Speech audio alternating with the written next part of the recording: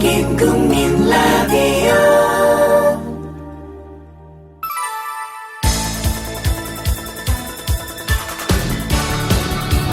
세상 억울한 이들과의 굳은 연대, 사람과 세상의 진실을 찾아가는 인권계의 수사반장, 고상만의 수사반장 시즌2. 장교 특채로 들어갔던 삼성. 예. 제가 어떻게 됐습니까? 그러니까 제가 이제 이듬해 파면돼서 삼성 찾아갔습니다. 근데 삼성에서는 우리는 장교를 특채한 거기 때문에 당신은 지금 이등병 신분이기 때문에 복직이 안 된다. 그런 삼성 말이 당시로서 맞는 말인 거죠. 제가 말은 맞는데 맞는 거죠. 기분은 나쁜. 근데 그거는 뭐 삼성 입장에서 비겁한 회피. 예. 근데 제가 다시 이제 파면 취소돼서 중위신분이 회복돼서 그랬죠. 또 찾아갔습니다. 이제는 이제 제가 중위신분 됐으니까 해달라 했더니 복귀 기한이 지났기 때문에 당신의 입사 기록은 다 없어졌다. 들어오고 싶으면 다시 시험 봐서 들어와라. 라고 해서 못 들어갔고, 그리고 한참 지나서 2000몇 년도인가요? 민주화 운동 관련자 명예 회복 위원회서를 민주화 운동 관련자를 인정하면서 삼성에 복지 못한 거를 제 부당한 부분이다 해서 삼성에다가 복직을 권고했습니다. 근데 권고기 때문에 그런 법적으로 강제는 아니고 들어도 안 들어도 그만인데 삼성에서 삼성전자 이름으로 이재문 씨가 마땅히 할 일이 없다. 들어와서 그래서 뭐 복직을 받아들일 수가 없다라고 해서 최종적으로 이제 삼성 복직은 이제 무산된 거죠. 예. 삼성이 정말 대한민국 최고의 기업이라고 하고 전 세계 초인류 기업이라고 얘기하는데 좀 도덕, 양심, 윤리에서도 최고 인류는 아니더라도 좀 상식 수준으로는 좀 행동을 했으면 좋겠어요. 정말 실망스러운 이야기인 것 같아요. 이렇게 정말 그 당시에는 또 바로 직전에 김용철 변호사 사건이 있었기 때문에 삼성 입장에서는 저 같은 이제 내부 고발자 이런 사람들한테 알레르기가 반응이 있을 수밖에 없었겠죠. 정말 안타까운 이야기들인 것 같은데 그렇게 해서 결국은 지금 상태에서 부재자 양심 선언을 하고 부정투표 행위에 대한 선언을 하고 그로 인해서 구속이 됐고요. 구속이 된 상태에서 이후에 기소유예로 이 재판으로 가게 되면 사실 그때 당시에 4월 3일 날 있었던 그 구속 적부심사 재판에서도 우리 이지문 중위한테 변호사가 끈질기게 어떤 형태로 부정투표가 있었는지 그 사례를 구체적으로 얘기하라니까 그게 법정에서 나올까봐 판사가 굉장히 전전긍긍하는 장면이었는데 역시나 그것이 기소를 해서 재판이 열리면 이제 결국은 그게 계속 될 수밖에 없으니까 그러니까 이제 기소유예로 내보낼 수밖에 없었던 거고 그렇게 나온 상태에서 이후에 소송을 통해 파면 처분도 이제 취소해서 신분도 회복하고 그렇게 했는데 이러한 용기 있는 증언이 대한민국 군인 그 투표제도 계속해서 사실 군인 표는 여당 표다. 공공연 비밀이었죠. 그랬는데 이게 완전히 바뀌었잖아요. 덕분에 어떻게 바뀌었습니까? 저도 이제 그런 부정선거를 목격하면서 이해가 안 됐던 게 뭐냐면 그게 어제 오늘이 아니라 계속 이제 말씀하신 것처럼 그런 60만 군대표, 여당표다 이런 말이 공군에 돌아왔고 60만 표란 거는 당락을 바꿀 수 있는 만큼 큰 표 아닙니까? 그래서 왜 야당에서 이런 거를 법을 바꾸려고 하지 않았는지 그게 제일 의아했었어요. 그래서 제가 기자회견 할 때도 이런 부정선거가 있다는 게 중요한 게 아니라 이런 부분이 재발되지 않도록 법을 좀 바꿨으면 좋겠다라고 이제 말씀드렸고 다행스럽게 그해 대통령 선거 때부터 우리 군인들이 영예투표 군대 밖에 뭐 학교, 체육관, 면사무소 같은 나가서 중앙선거관리위원회 그 참관 하에 투표하는 걸로 이제 법이 바뀌어서 그런 부정선거를 이제 차단하는 데 일조를 하게 되었죠. 정말 그게 큰 개혁이에요. 아마 그 윤석양 이병의 폭로를 통해서 보안사령부가 이후에는 민간인 사찰에 대해서는 절대 안 된다라고 하는 그래서 아예 그 기구의 이름까지도 바꿀 정도로 큰 사회적 파문을 일으켰고 그리고 이후에 집단 소송을 통해서 그 사찰 그렇죠. 피해자분들이 그 다 보상을 받고 맞습니다. 그걸로 이제 또 네. 어떤 사회 변화를 위한 여러 또 활동을 하는 또 자금으로도 또 네. 기부도 하시고 뭐 이렇게 했는데 사실은 24살의 젊은 중이 이지문 중이가 했던 그 용기 있는 정말 누구도 할 수 없고 조금만 고민해 보면 절대 할 수 없는 이거예요. 오히려 조금만 고민해 보면 아까 오늘 전 또 처음 들었는데 매형이 그렇게 육사 출신의 현직 장교로 있었다면 아유 전 정말 피눈물을 흘리고서라도 아마 못했을 것 같은데 정말 대단한 분이다 이렇게 생각이 되는데 그러한 용기가 결국은 군 부재자 투표를 완전히 바꿔버린 거잖아요. 지금은 이제 외에서 네, 그렇죠. 투표를 하는 거잖아요. 바로 그때 대통령 선거 때부터. 그죠. 예. 그게 정말 대단한 거고 어쩌면 그런 힘 덕분에 김대중 노무현 정부가 만들어지게 된 것도 있지 않을까. 그 굉장히 그 미세한 차이였는데 만약에 그 군 부재자 투표가 그대로 영 내에서 그런 방식으로 1번에다 손 찍고 있으면은 거기다 찍고 아예 뭐 그냥 1번에다 찍고 그냥 보여주는 것도 있죠. 예, 보여준 다음에 맞습니다. 넣는 경우도 있었다. 맞습니다. 예. 실제로. 예. 그런 경우도 있었고 네. 또 뭐 그래서 이제 실제로 88년도인가 87년도에 네. 정영관 맞습니다. 상병 예. 정영관 상병이 87년도 대통령 선거 네. 때 야당인 김대중 후보에게 투표했다라는 이유로 네. 그래가지고 그 상관이 주먹으로 가슴을 때려서 그렇죠. 그래서 맞아서 숨진 예, 사건도 맞습니다. 있었잖아요. 예. 그거를 바꾼 게 바로 우리 이지문 중이. 여기서 우리가 박수 한번. 근데 그거는 진짜. 제 사건이 없었더라도 우리 사회가 뭐 민주화되면 될수록 자연스럽게 바뀌지 않았을까 싶습니다. 예. 그러지 않았을 것 같아요. 저는 진짜로 그때 그 24살에 용기 있는 그 양심 선언이 정말로 우리 대한민국 민주주의를 굉장히 많이 진전시킨 정말 큰 역할이었고 김대중 노무현 정부가 얻은 그 표 차이를 봐도 사실은 이제 예를 들어서 노무현 대통령이 한 40만 표 차이인가 아마 그걸로 이기지 않았나 기억이 되는데 40만 표 차이라는 게 사실은 21만 명만 그렇죠. 노무현 대통령 후보가 아니라 이해창 후보 찍어버리면 그러면 이해창 후보가 이기는 거거든요. 40만 표 차이가 아니라 사실 21만 표 차이인데 군인이 60만 명인데 그 사람들이 만약에 외부에서 투표했다면 그런 방식으로 투표했다면 절대 노무현 후보가 이겼을까? 이거 장담할 수가 없는데 그런 것만 생각해봐도 정말 대단한 거 아닙니까? 자, 영화 아까 전에 제가 길게 인용을 했었는데 영화 보셨나요, 변호인? 예, 봤습니다. 그 영화 변호인 보면서 그 윤성도 중의 역할 그게 이제 우리 이지문 중이 그러니까 이 소장님을 그 모티브로 해서 한 걸로 널리 알려져 있는데 당시 그 장면 보시면서 감회가 정말 남달랐을 것 같아요. 그 제 기억으로는 제가 우리 고상만님하고 통화하고 나서 본 것 같아요. 그 영화를. 그러니까 고상만님이 저희 여기서 반장이라고 부릅니다. 예, 우리 고반장님이하고 통화하고 나서 이런 내용이 있다. 그래서 저 일부러 가서 바로 그 다음 날인가 가서 이제 혼자 가서 이제 본 것 같은데 저는 그 영화를 보면서 제가 윤성도 중요하면 저는 못했을 거예요.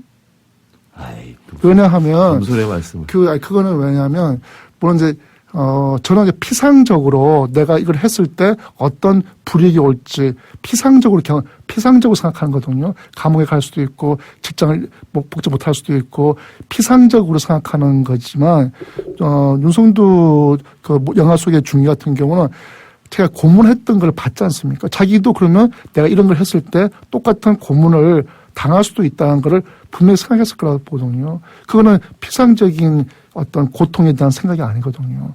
그러니까 그런 상황에서도 물론 영화니까라고 할 수 있겠지 모르겠지만 한다는 거는 정말 그거는 더 대단하고 더욱이 저는 이제 저 같은 오히려 24살 젊은 나이라는 게 더 하기 더 편한 거죠. 왜냐하면 저는 제가 책임져야 될 가족이 없으니까. 근데 더 제가 존경스러운 내부 고발하시는 분들은 이문옥 감사관 같은 40대, 50대 가장이 네. 내부 고발 하시는 분들은 정말 더 우리 사회가 존중하고 이분들의 어떤 생활에 대해서 관심 가져준 사람입니다. 왜냐하면 정말 처자식이 있는 사람이 자기가 또 이렇게 싸우는 자리가 있는 사람이 과연 그런 내부 고발 할 수 있을까?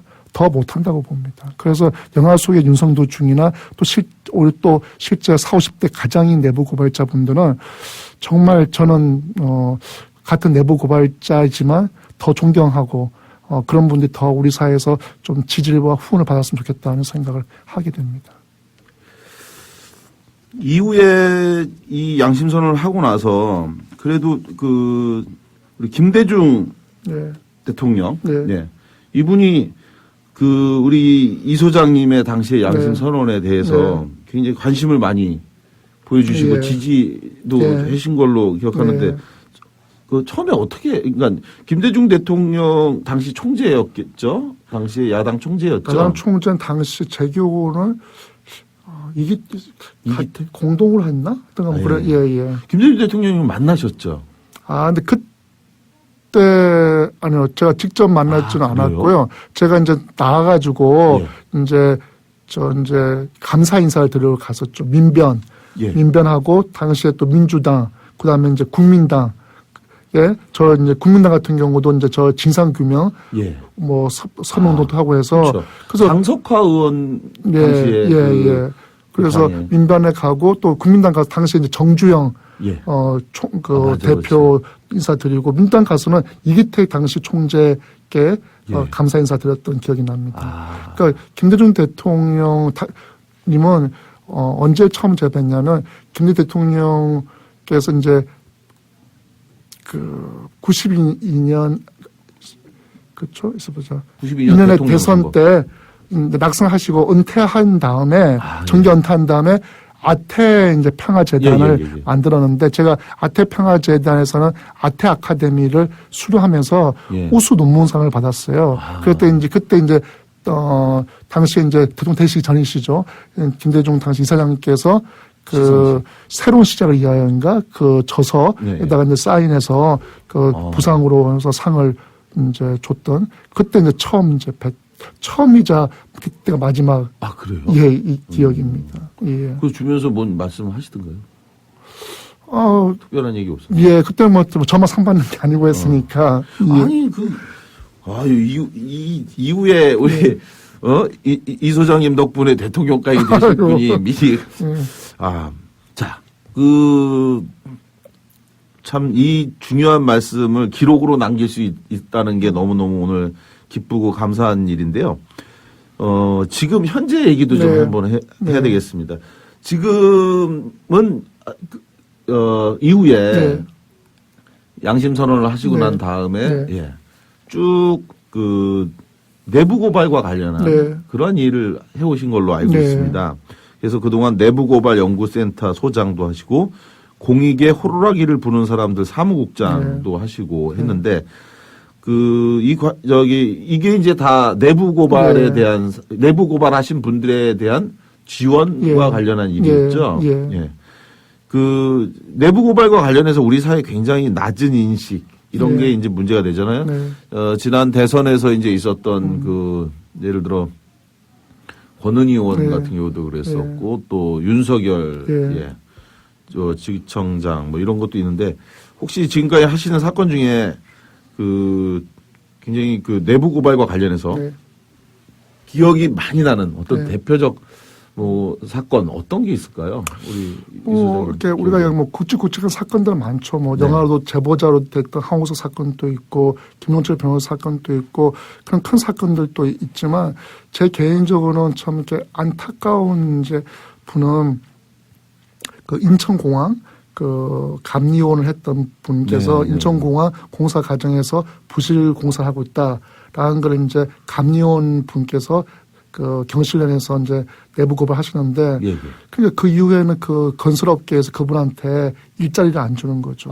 블랙리스트에 올라가가지고. 그래서 이분이 이제 그 이후에 20년 가까이를 그냥 직업이 없고, 그래서 그냥 시골에 내려가서 다른 사람 농사 붙여주면서 사는데, 제가 참 그분하고 인터뷰를 하면서 가슴 아팠던 게 뭐냐면, 딸이 그 고등학교 고3인데 인터넷으로 하는 무슨 인터넷 수강하는 뭐 3만 원짜리 월 3만 원짜리 예. 그런 무슨 프로그램이 있는데 그 딸이 그거 듣고 싶다고 했는데 참 그거 하나 참 못해줘서 마음이 참 너무 아프더라.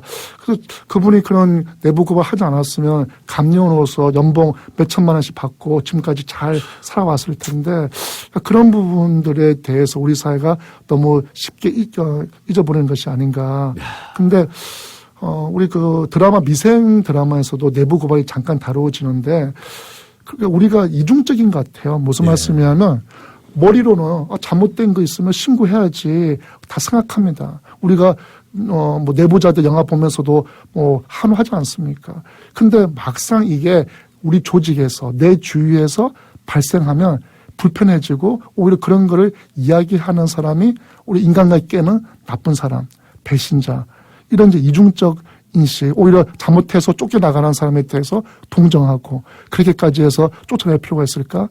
이렇게 이제 하는 이제 어떤 우리의 문화가 여전히 어떤 내부 그래서 우리 사회에서는 지금 시민단체에서는 내부 고발을 쓰지 않고 내부 공익 제보자, 내부 공익 신고자. 왜냐하면 고발 그러면 좀 우리 사회에서 갖고 있는 부정적 인식이 강하다 보니까 좀 그걸 순화시켜서 이야기는 하고 있는데 그런 부분에 대해서 지금 박원순 서울시장께서 참여연대를 시작하시 처음부터 내부 비리 고발자 지원센터를 만들어셔가지고 계속 활동하시면서 법도 만드는데 일조를 하셨는데 참여연대 이제 센터 참여연대라는 큰 단체의 이제 하부 이제 센터이기 때문에 좀 독자적으로 내부 고발만 전담한 단체도 필요한 게 아닌가 해서 이제 제가 2000년 이후부터 이런 내부 고발 단체를 계속해서 이제 하고 있는 것이죠.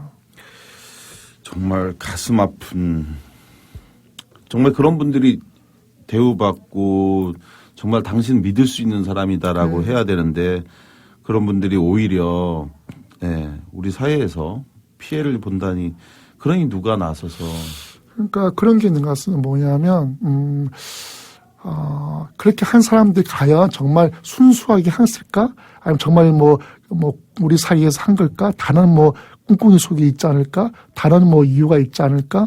이렇게 또 보는 시각도 있는 것 같아요. 분명히 뭐 100% 완전한 윤리적인 뭐 내부 신고자가 없을 수 있겠죠. 다.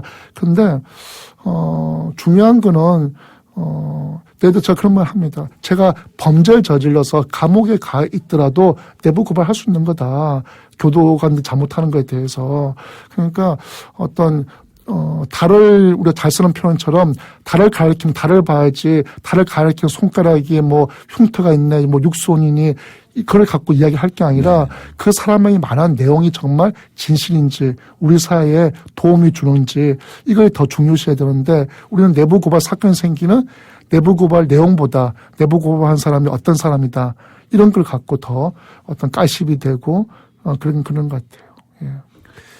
아까 전에 지금 현재 현직으로 하고 계시는 그 일도 정확하게는 어떤 건가요? 예, 저희가 이제 시민단체인가요? 예, 사단법인 한국공익신고지원센터라고 해서 국민권이 등록되는 시민단체입니다. 그래서 말 그대로 공익신고, 신고하는 분들에 대해서 상담하고 지원을 하고 이런 활동을 하고 있습니다.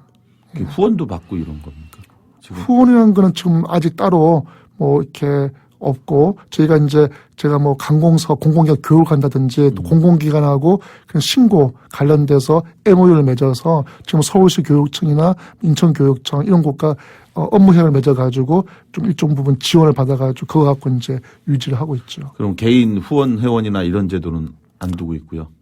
안 두는 게 아니라 그게 뭐 제 단체가 그렇게 아직 큰 단체가 아니니까 잘 알려지지 않았으니까 그런 이제 뭐 도네이션이나 이런 부분들 아직까지는 미흡한 부분이 있는 거죠. 청취자분들 중에서 예. 이 좋은 일에 좀 같이 좀 하자고 제안을 실제로 제가 했더니. 센터를 만들고 나서 신문에 그 기사 나간 다음에 어떤 분께 찾아오셨어요. 네. 본인이 그래서 그분이 5천만 원인가를 내부 고발자한테 그 생활에 지원하셔서 물풀의 기금 해가지고 작년부터 실제 지원을 받고 있습니다. 아유 정말 또 훌륭한 분. 예. 야 그런 역시 정말 빛과 소금과 같은 분들이 그나마 저희처럼 무지몽매한 사람과 달리 그런 분들이 있어서 정말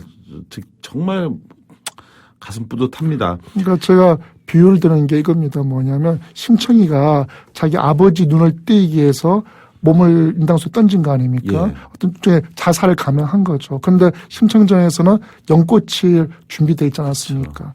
내부 고발자는 우리 시민들이 못 보고 있는 거, 그러니까 눈을 뜨고 있지만 못 보고 있는 사실에 대해서 눈을 띄게 해주는 그래서 일종의 사회적 자살을 감행하는 사람들인데 우리 사회에서는 연꽃은 고사하고 오히려 진흙탕에 처박혀 있는 현실이기 때문에 최소한 진흙탕에는 처박히지 않고 좀 연꽃까지는 아니더라도 자기가 원래 살아왔던 정도는 살 수 있게끔 했으면 좋겠어요. 저희가 재작년에 국가인권위 지원을 받아가지고 실제 대표 내부 고발하신 분들 40명을 다 일일이 만나서 인터뷰를 한 적이 있었습니다. 그래서 마지막 질문이 뭐였냐면 당신이 한 내부 고발을 후회하십니까? 예. 했더니 이 답이 갈립니다. 어떻게 가장 큰 이유가 뭐냐면 지금 먹고 살 게 있으신 분들은 예. 후회하지 않는다. 하지만 그렇지 않은 분들 내가 지금 이렇게 됐는데 후회를 안 하겠느냐 이렇게 말씀을 하시거든요. 그러니까 우리 사회 그런 분들에 대해서 세월호 같은 경우도 우리가 정말 그런 내부 고발자가 나와가지고 실제 있었죠. 국민신문고에다가 제보했지만 이렇게 제대로 처리 안 돼서 문제였지만 정말 세월호 같은 경우도 내부 고발자 나와서 그런 사실을 미리 예방했다고 하면 얼마나 많은 사람들이 생명이 이렇게 아까운 생명들이 떠나지 않았을까 하겠습니까? 맞아요. 그래서 그런 부분들에 대해서 어떤 관심과 더 지원 이런 부분들이 필요한 것 같습니다. 정말 맞는 말씀입니다. 세월호나 양심선언과 고발을 하시는 분들, 내부 고발을 하시는 분들이 정말 상은 받지 못하더라도 그로 인해서 불이익이 가지 않도록 하는 사회가 돼야 되는데 그렇지 못하니까 그런 분들에게 너무너무 정말 미안한 그러한 오늘 방송의 날입니다. 우리 이 소장님께서 또 이렇게 지금까지 어떻게 보면 인생이 진짜 그날 22년 전 3월에 있었던 그 인터뷰, 그러니까 그 양심 선언이 정말 인생을 완전히 바꾼 거예요. 그죠? 만약에 그게 아니었다면 아마 이제 삼성에서 다니고 있었겠죠. 아니 다니고 있는지는 모르죠. 명예퇴직을 했는지 어떻게인지는 알 수가 없는데, 근데 여하간 그렇게 아마 쭉 오셨을 텐데, 근데 지금은 이제 내부 고발과 관련해서 그 길로 정말 지난 22년간을 한결같이 매진해 오고 또 굉장히 큰 족적을 남겨 오셨는데, 그러면서 또 하나 아주 일반 사람들한테 생경한 이러한 또 논문도 쓰고 해갖고 주장을 하셨는데 연세대학교에서 정치학 박사학위 받으셨잖아요. 그래서 그때 당시에 박사학위를 받았던 논문 주제가 한국 민주주의의 질적 고양을 위한 추첨제 도입 방안 연구라고 하는 제목이었어요. 맞습니다. 이른바 추첨식 민주주의라고 하는 용어인데 아마 그게 뭐지 이렇게 생각하시는 분 많이 있을 것 같은데 어떤 겁니까 이게?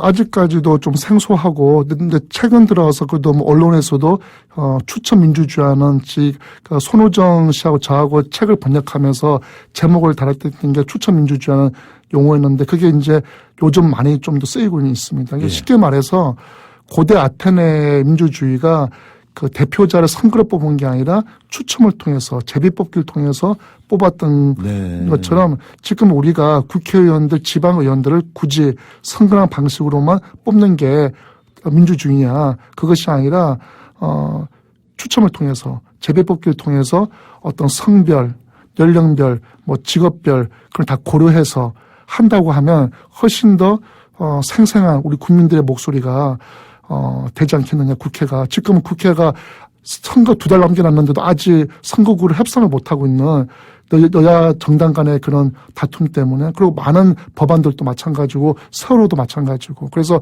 그런 어떤 정쟁의 곳이 아니라 정말 국민들의 목소리가 반영될 수 있는 그리고 지금 국회는 특정 계층들이 많잖아요. 네. 변호사든지 교수라든지 그렇죠. 사업하시는 분들 정말 노동자도 없고 농민도 없고 젊은 사람들도 없고 그래서 그건 정말 성별로 하면 여성의 50% 무조건 될 것이고 예. 그리고 젊은 20, 30대도 많은 사람들이 진출해서 우리 청년들의 문제들에 대해서 목소리를 낼 수 있을 것이고 농촌에 계신 분들 또 그런 노동자분들 의견들을 직접 자기 목소리를 전달할 수가 있지 않겠는가 해서 이제 그런 주장을 이제 하고 있는데 그게 뭐 당장 가능하지 않기 때문에 뭐 예를 들어서 뭐 비례대표라도 뭐 그 취지 살려서 오히려 그럼 지역구는 뭐 정당 투표하고 지역구라도 오히려 그렇게 비례하거나 아니면 뭐 양언제 한다고 했을 때 한 원은 추첨 통해서 한다든지 이런 방식에 대해서 뭐 이제 주장하고 있는 것이죠. 이게 이제 추첨식 민주주의, 그래서 추첨을 통해서 네. 사람을 뽑자. 그런데 예. 이게 또 어떻게 잘못 들으면 네. 그놈이 그놈이다. 그러니까 뭐 잘난 놈 없으니까. 뭐 개나 소나 누가 다 될 수 있는 게 아니냐. 그런 그렇게 말할 수가 느낌도 있죠. 좀 들어요. 그러니까 추첨민주주의 말할 때 가장 반대 논리가 능력 문제죠. 그렇죠. 능력 없는 사람이 되면 어떡하냐. 그렇죠. 이상한 사람이 되면 어떡하냐. 예를 들어 사기꾼 같은 예, 사람들도 될 수도 있는 거고. 너 국회의원 안 보내려고 예. 지원했는데 네. 예를 들어 이제 이게 나 하겠다는 사람은 전부 다 통에다가 넣고 예, 예. 쉽게 얘기해서 통에다 그렇죠. 넣고 네. 그리고 이때 딱 뽑았는데 네. 완전 진짜로 좋은 사람은 네. 안 하려고 막 그러는 게 많잖아요. 예, 난 그런 거 맞습니다. 안 하겠다라고 예, 하는데 예. 하겠다는 사람들 보면 지금 이제 이른바 국회의원 후보로 나와서 네, 온 네. 동네에 여기저기다가 붙여놓은 거 보면 저 사람 됐으면 좋겠다라는 사람보다는 예, 예. 야, 저 사람 또 나왔네, 예, 내지는. 뭐 저런 사람이 예, 한다는 예, 거야. 예, 이렇게 맞습니다. 하는 게 있잖아요. 예. 돈은 많은가 보다, 뭐 예, 이렇게 예, 생각하는 예. 거. 근데 그런 문제는 어떻게 해결될까요? 지금 우리가 국민참여재판제도라는 걸 아시지 않습니까? 예, 예, 예. 국민참여재판제도가 추첨민주주의입니다. 아. 우리가 그걸 배심원제라고 하죠. 배심이라는 걸 결국은 우리 일반 시민들을 무작위로 뽑아서 배심을 맡기는 겁니다. 무작위로 뽑는다는 게 추첨인 거죠. 예, 예. 그럼 우리가 생각할 때 아니 법을 공부한 판사가 재판하면 되지 법을 아무것도 모르는 일반 시민이 뭘 안다고 모아가지고 남의 인생에 걸린 재판을 하느냐 할지 모르겠지만 아주 성공적이거든요. 그 국민참여재판제도 더 확대한다는 거 아니겠습니까? 마찬가지로 저는 민주주의라는 부분에 대해서 생각을 바꿔야 생각합니다. 민주주의가 뭐 어떤 우리를 대신할 좋은 정당, 좋은 대통령 후보를 뽑는 게 민주주의가 아니라 우리 시민들이 정말 어떤 민주주의 어떤 주인으로서 역할을 할 수 있는 기회가 만들어지는 거. 직접 내가 참여해서 결정해보고 해야지 관심을 갖고 할 수 있는 것처럼, 지금, 투표율이 뭐 50%밖에 안 되는 거 아닙니까? 절반 가까운 사람들이 투표장에 안 나가는 거는 그만큼 또 정치에 대해서 관심이 없다는 건데, 그러니까 그런 부분들을 이끌어내기 위해서도 우리 시민들한테 직접 어떤 참여할 수 있는 기회를 만들어주는 장이 그를 통해서 민주시민 교육을 하는 게 필요하다는 입장에서 저는 그걸 주장하는 것이죠. 근데 그러면 그러니까 우리가 분명히 좋은 사람이 있으면 또 나쁜 사람이 있는 것처럼 정말 더 학식적으로 뛰어난 사람이 있을 수도 있고 그렇지 못한 사람도 있을 것이고 그렇지만 그게 다 상세가 될 수가 있는 거죠. 왜냐하면 300명 국회의원이라고 하면 충분히 상세가 될 수 있지 않습니까? 네. 예. 굉장히 반응은 어때요? 자꾸 좋아지나요? 예, 요즘 들어서 많이 언급이 되고 있고 그래서 뭐 국회의원 지방의원까지 아니더라도 예를 들어서 뭐 헌법을 개정할 때 뭐 그런 추첨을 통한 선거제도를 바꿀 때 추첨을 통한 사람들이 하는 게 훨씬 더 어떤 당리당략에 어긋나지 않도록 할 수 있지 않겠느냐 이런 이제 뭐 주장들도 이제 나오고 있고 실제 캐나다 같은 경우나 영국의 캐나다하고 아이슬란드 같은 경우 실제 그렇게 했던 국가 차원에서 했던 사례도 있고 합니다. 했더니면 과거형입니까? 예, 했었습니다. 지금은 아닙니까? 그렇죠. 캐나다 브리티시 콜룸비아하고 온타리오주에서 했었고 예. 아이슬란드에서도 최근에 헌법 개정을 논의할 때 그 정치인들은 선거를 뽑고 그 일반 시민들은 추천 뽑아가지고 그 사람들이 헌법 개정에 대해서 논의하게끔 한 이제 그런 포럼이 있었습니다. 국가 차원에서. 제가 이제 처음 한 2년 전쯤인가 한번 예. 이 그 추천식 민주주의에 대해서 우리 이 소장님한테 말씀을 듣고 예. 처음에는 약간 좀 생경하고 좀 왜 저런 주장을 하실까 했는데 말씀하신 것처럼 최근 들어서 언론에 이제 노출 빈도수가 높아지고 있더라고요. 그러면서 이거 관련해서 책도 한 권 내셨잖아요. 네, 책 제목이 뭐였죠? 그러니까 너무 추천민주주의가 제가 박사 논문이 너무 두껍고 이게 학문적이니까 일반 사람들이 쉽게 이해를 못해서 제가 좀 중고등학생들 정도 쉽게 볼 수 있는 얇은 책을 냈습니다. 예. 추천민주주의 강의라고 해가지고 한 100페이지 정도 얇은 책자를 냈습니다. 그거는 정말 쉽게 추천민주주의가 이런 거구나. 그리고 왜 추천민주주의가 필요한지에 대해서 설명을 이제 해놓은 책입니다. 어디서 살 수 있습니까?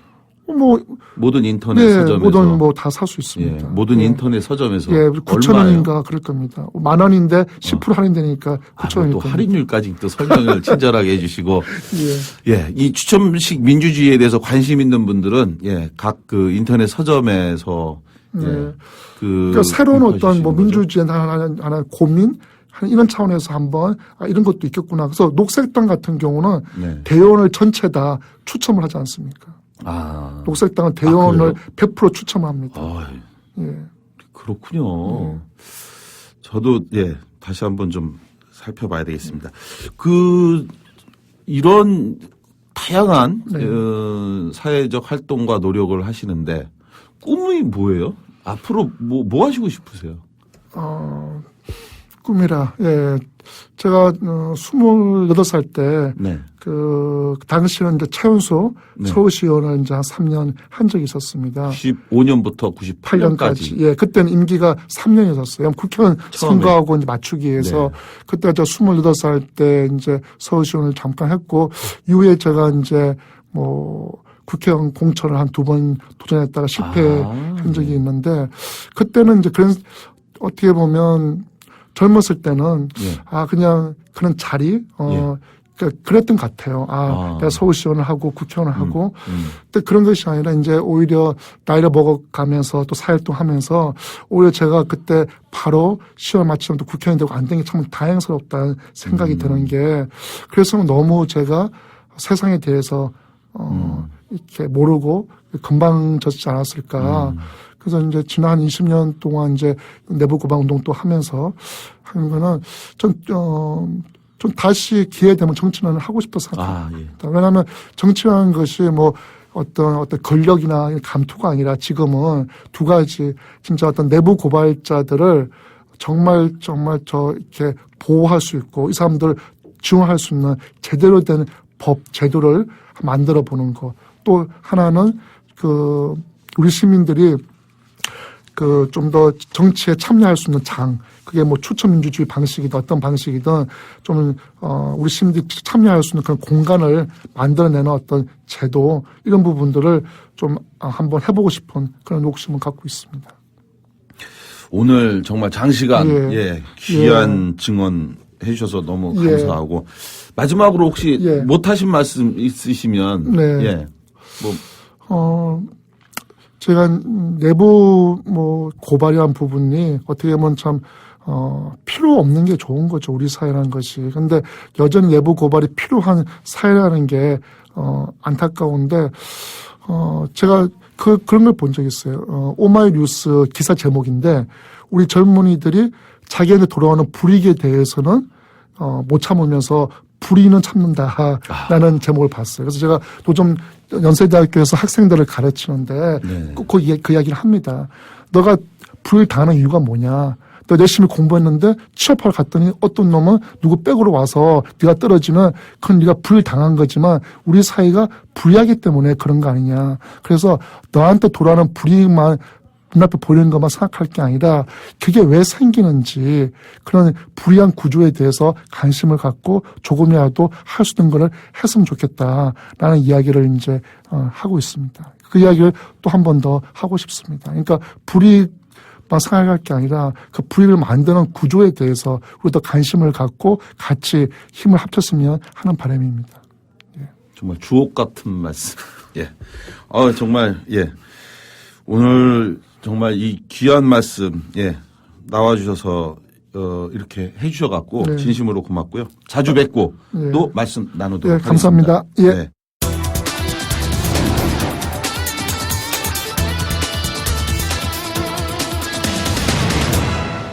고상만의 수사반장 시즌2. 사실 이지문 중이 양심선언 내용은 그 시절 군대를 다녀온 사람이라면 모르고 있는 진실이 아니었습니다.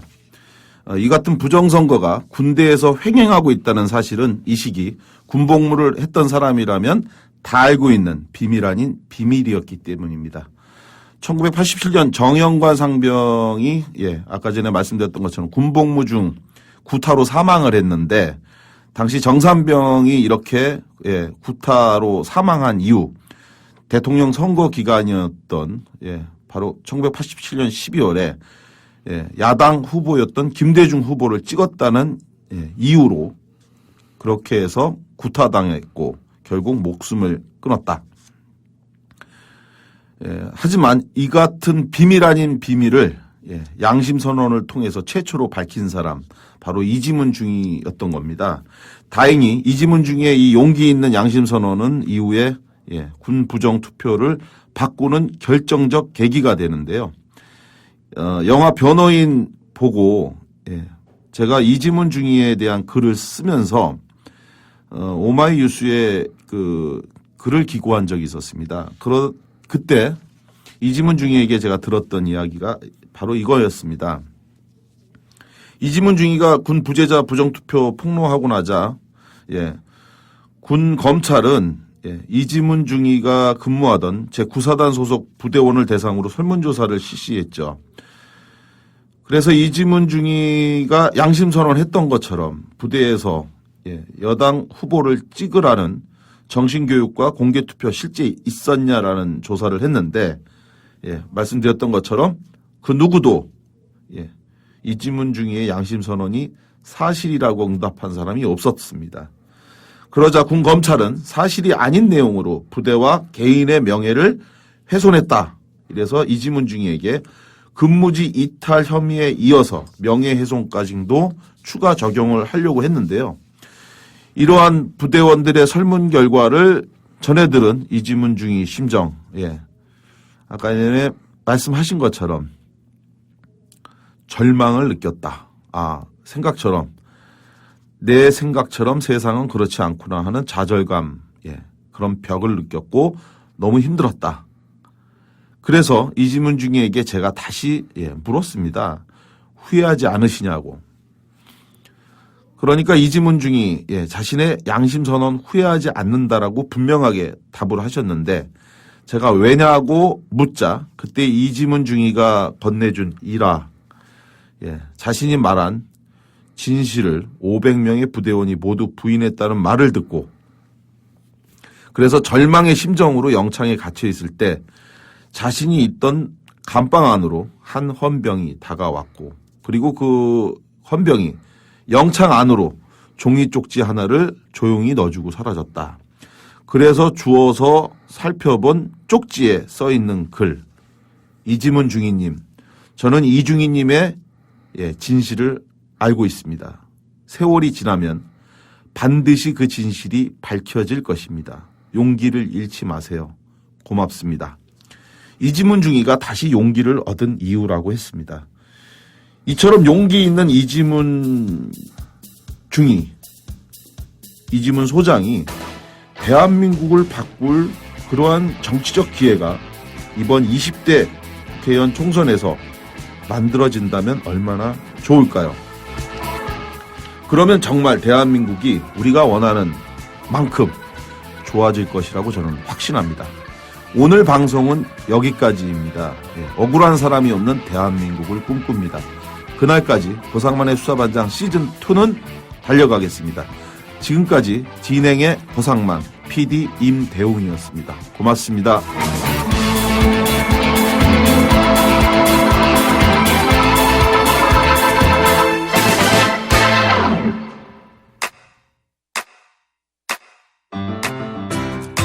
국민 라디오 지지하는 4가지 방법 아시나요? 다운로드하기, 별점 주기, 댓글 달기, 구독하기. 국민 라디오를 보다 많은 이들에게 전할 수 있는 가장 손쉬운 방법. 다운로드하기, 별점 주기, 댓글 달기, 구독하기. 잊지 마세요. 다운로드하기, 별점 주기, 댓글 달기, 구독하기.